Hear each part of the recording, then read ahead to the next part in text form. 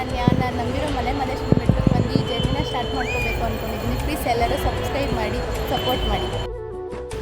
1:30ಗೆ ಬಂದು ಫ್ರೆಂಡ್ಸ್ ಬೆಟ್ಟಕ್ಕೆ ಬಂದು ಮಾದಪ್ಪನ ಸ್ಟ್ಯಾಚು ನೋಡಿಕೊಂಡು ಒಂದು ಫೋಟೋ ತೊಗೊಂಡು ಬರ್ತಾ.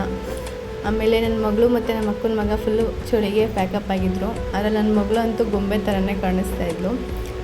ಆಮೇಲೆ ಬಂದು ಹಾಸ್ಕೊಂಡು ಮಲ್ಕೊಂಡು ಫ್ರೆಂಡ್ಸ್ ಮಲಗಿ 3 ಗಂಟೆ ಆದರೂ ನನ್ನ ಮಗಳು ಮಲ್ಕೊಂಡಿಲ್ಲ.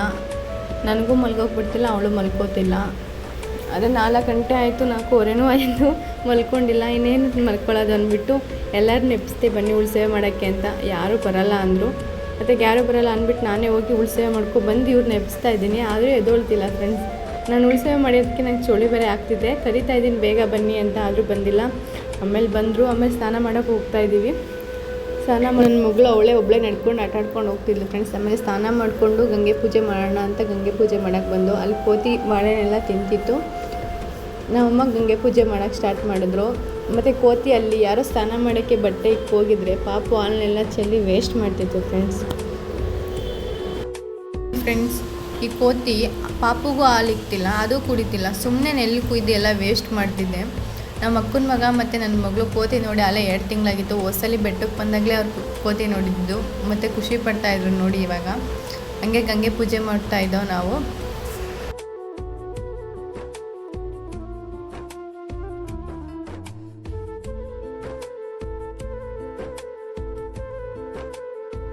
ಕೋತಿ ಅದ್ರ ಜೊತೆಗೆ ಜಾಯ್ನ್ ಆಯಿತು ಫ್ರೆಂಡ್ಸ್.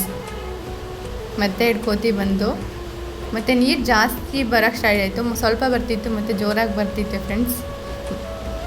ಮೋಡ ಮುಚ್ಚಿತ್ತು. ಮತ್ತು ಮಾದಪ್ಪನ ಇಲ್ಲಿಂದನೇ ನಮ್ಮ ನೋಡ್ಕೊಳ್ಳಿ ಫ್ರೆಂಡ್ಸ್. ನಮ್ಮ ಮಾದಪ್ಪನ ಮತ್ತು ಯಾರೋ ಭಕ್ತರು ಬಾಯಿಗೆ ಬೀಗ ಚುಚ್ಚಿಸ್ಕೊತಾಯಿದ್ರು ನೋಡಿ ಫ್ರೆಂಡ್ಸ್. ನಮ್ಮ ಮಾದಪ್ಪನ ಮೇಲೆ ಎಷ್ಟು ನಂಬಿಕೆ, ಬಾಯಿಗೆ ಬೀಗ ಹಾಕಿಸ್ಕೊತಿದ್ದಾರೆ ಅದಕ್ಕೆ ಕಟ್ಕೊಂಡು. ಫ್ರೆಂಡ್ಸ್ ಇಲ್ಲಿ ನೀರು ಬರ್ತಿದೆ, ಎಲ್ಲಿಂದ ಬರ್ತಿದೆ ಅಂತ ಗೊತ್ತಿದೆ ಕಮೆಂಟ್ ಮಾಡಿ. ಮತ್ತು ನನ್ನ ಮಗಳು ಆಂಟಿ ಕೈ ಹಿಡ್ಕೊಂಡು ಬರ್ತಾ ಇದ್ದಾಳೆ.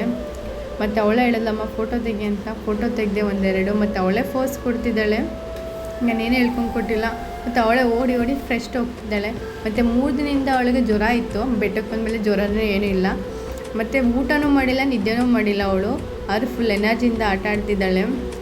ಆಮೇಲೆ ನನ್ನ ಥರನೇ ಅವಳು ಫುಲ್ಲು ಮಾದೇಶ್ವರ ಬೆಟ್ಟ ಅಂದರೆ ಮಾದಪ್ಪ ಅಂದರೆ ತುಂಬ ಇಷ್ಟ. ಹೋಗೋಣ ಅಂದರೆ ಸಾಕು ತುದಿಗಾಲಲ್ಲಿ ನಿಂತಿರ್ತಾಳೆ.